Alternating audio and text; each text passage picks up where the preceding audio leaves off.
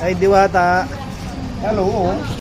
Hi guys, for today's video, nandito kami ngayon sa Diwata's Pares Overload to confirm kung nagbago na ba talaga si Diwata. At syempre, nandito na lang din kami, hindi na namin palalagpasin ang masasarap niyang menu, lalong-lalo na ang pinagmamalaki niyang Pares Overload. At pagpasok nga namin dito ay busy-busy si Diwata sa pag-entertain sa kanyang mga bisitang sikat na vloggers. Kagaya na lamang ni Neneng B na nakilala dahil sa salitang, "Ma, anong ulam?" Boss, pwede na po. Pwede na magpa-picture.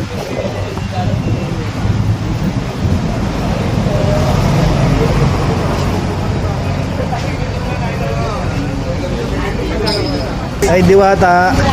Hello. Ano po bang mga menu mo ngayon? Ayan, kung gusto mo ng Paris, ng Diwata Paris Overload, mayroon tayo. At kung gusto mo naman ng mga ulam, mayroon din tayo.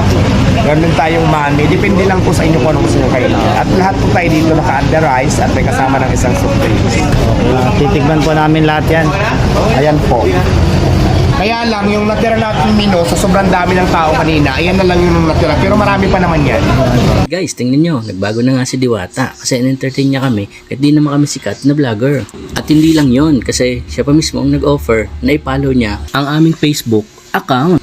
Ayun o guys, legit yan, Diwata Office. Oh, tingnan nyo, 1.6 million followers yan.